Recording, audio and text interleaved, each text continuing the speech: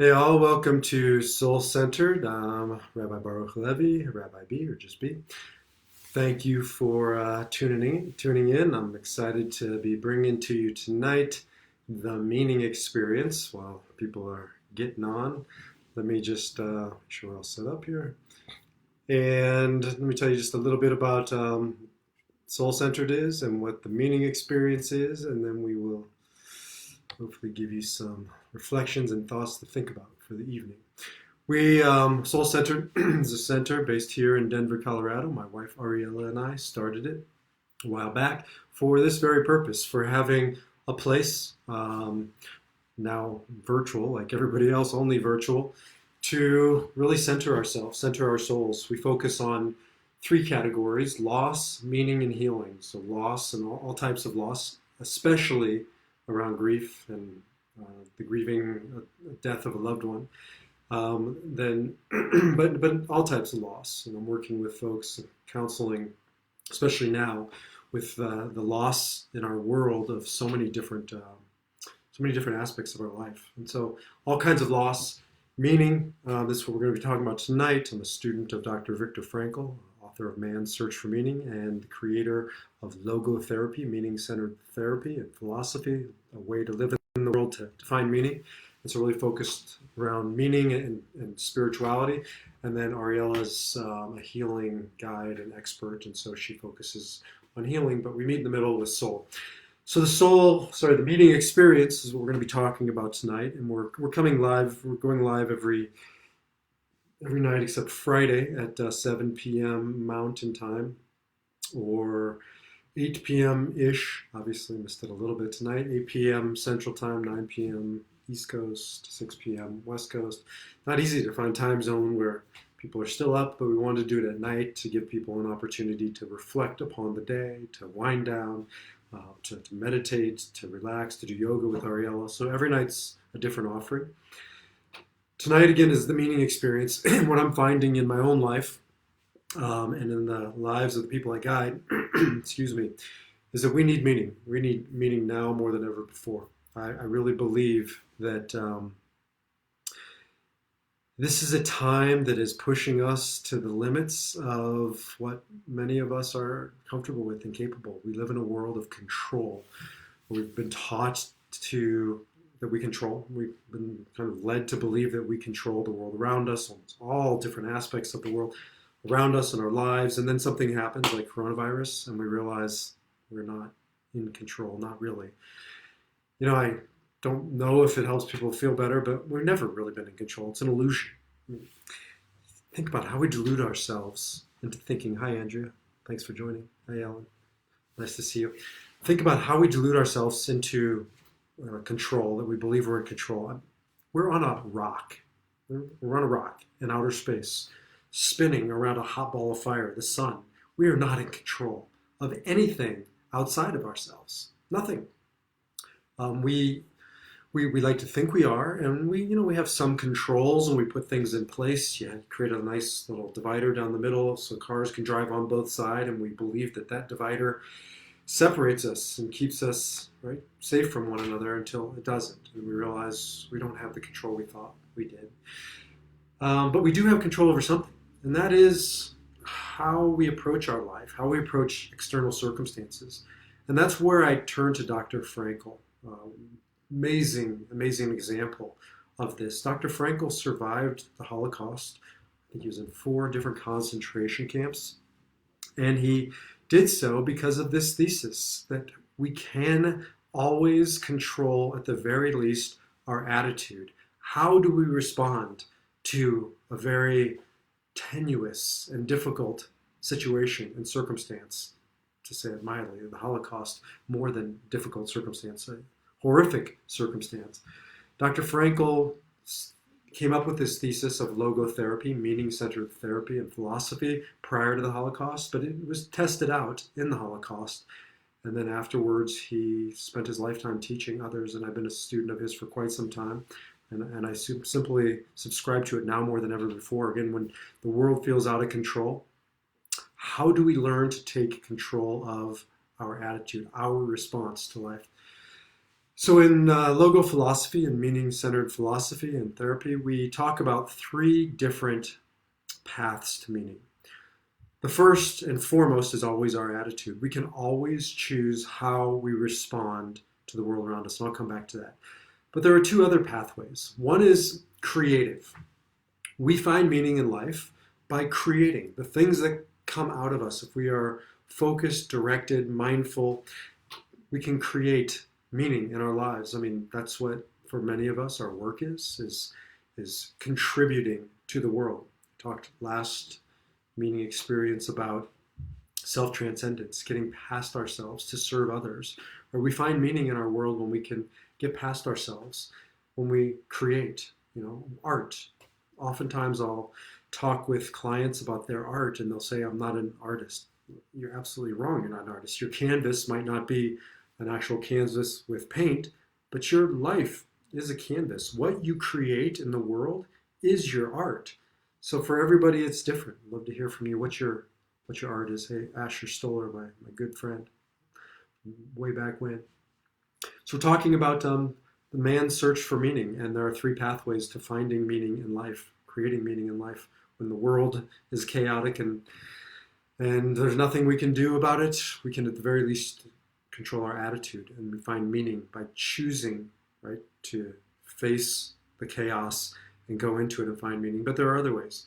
There's your attitude. There's creative. We discover meaning in our lives by what we create, by what we produce. Each of us being an artist, thinking about, what is it that you create? How is it that you contribute to the world? And maybe you can't do what you were doing a month ago. You can't do it now. But is there a way to adapt that, to take what you were doing and to share it in a different capacity? My father-in-law, amazing man, is part of a beautiful church that he goes to. He's Christian. And I know that he's frustrated because he spends so much time giving in his church and serving. And so what he decided to do was that he can't go out and serve and take care of his fellow parishioners. He's going to make 3 phone calls every day to those parishioners, to his friends. And that's going to be his way of creating value and meaning in their life. And in return, he's going to get value and meaning in his life. So thinking about how can you take your creative capacity, and now that you're isolated, self-quarantined like everybody, hopefully, that's not in some serving capacity out in the world. If we're self-quarantined and we're at home, how can we take our need to create and still continue to create your art? What does that mean? What does that look like? So that's one pathway to meaning. The other pathway is experiential. Experiencing things in life is a pathway to meaning. Dr. Frankl, an author of Man's Search for Meaning, talks about beauty, truth, and love as really being the primary experiences we can have around meaning. Thinking about beauty, right? My kids and I just went on a walk and we were seeing nature in a different way. Now that we are told that we can't go out into the world, we're appreciating going out into the world. We went on this walk, and I don't know if my kids would have seen the trees and the grass the same way they did a month ago, they did today, but it was beautiful to really hear them a couple times, notice just how beautiful the outdoors are and nature is.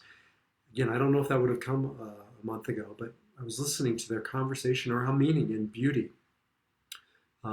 Truth, right? Times like the coronavirus, what's happening in our lives right now is an opportunity for us to cut through the noise, cut through the BS, to get to what's real, what's authentic, what's true.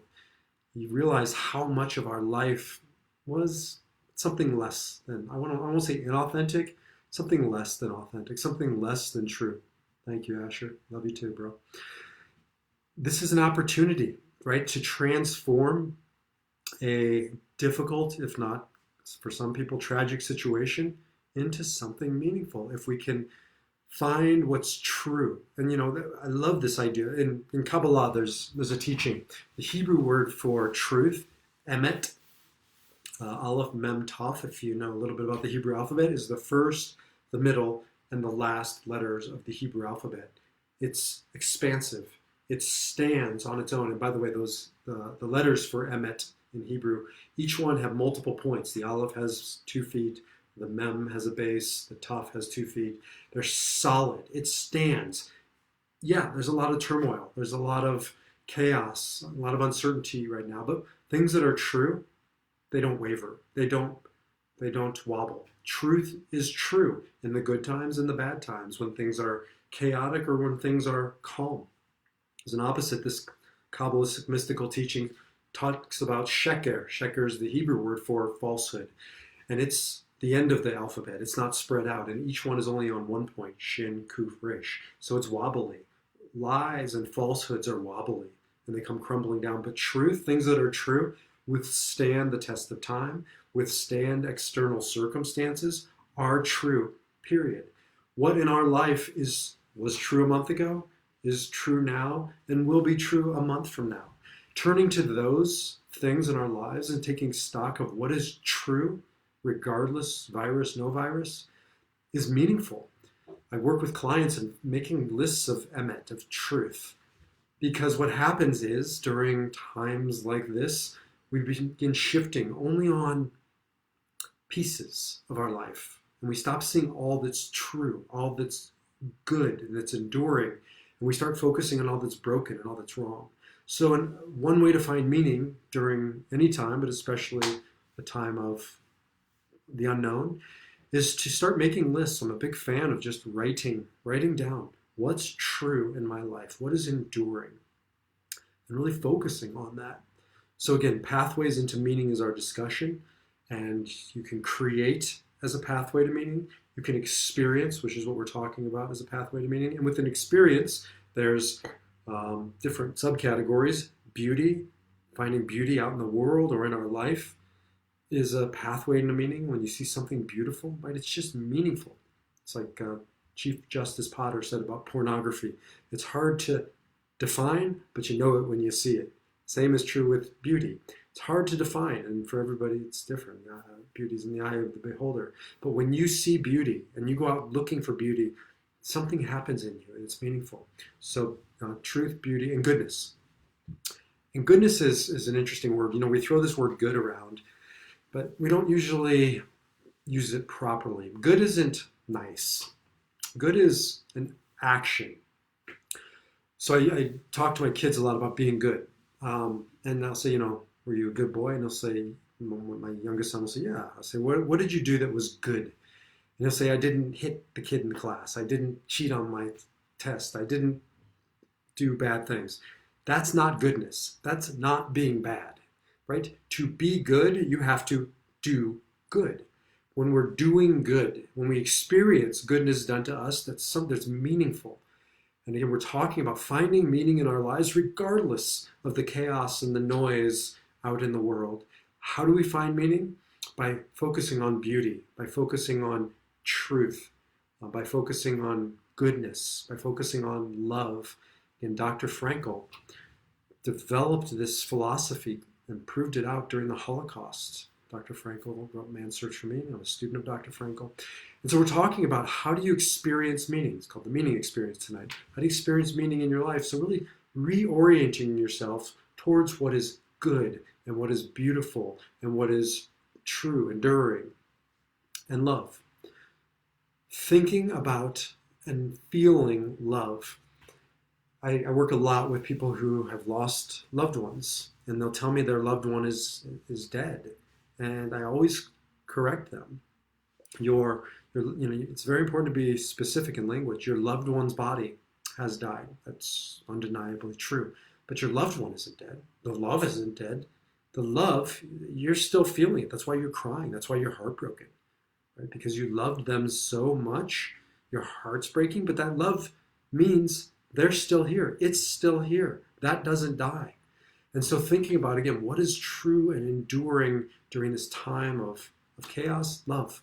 Thinking about the love in your life that was true a month ago, that is true a month from now, that will be true long after your loved one is gone, long after you are gone. These are enduring things that can bring us meaning. And at a time like this, we need to reorient ourselves towards that which is meaningful. And lastly, I began with it, I'll end with it, The third major pathway into discovering meaning is our attitude. Right? This is the last of human freedoms, to choose one's attitude in any given set of circumstances, to choose one's way. Dr. Frankl wrote that. It's in Man's Search for Meaning. And that has deeply impacted my life. The idea that no matter what happens to me in this lifetime, I can choose meaning. I can choose my response. Responsibility, he talks about. The ability to respond, response able, not to react. Not to react on autopilot, but to actually choose how we will respond to life's circumstances. And when we do, we can choose, right, to find meaning, even when it's painful, even when it's dark, even when it's difficult. And so that's really our conversation for tonight. Just wanted to continuously come back with the meaning experience to helping each and every one of us find meaning in our lives. Taking a few minutes every night before I go to bed. It's what I do in my meaning journal. And I write down things that are meaningful, that were meaningful, that are meaningful, that will remain meaningful. If there's a coronavirus in a month, if there's a coronavirus in a year, if there's another version of it, there will always be darkness in our life. Question isn't, is there darkness? The question is, how do we respond?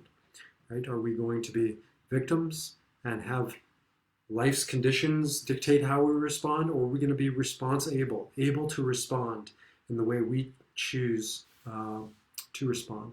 So those are the pathways into meaning from logotherapy, meaning-centered therapy perspective.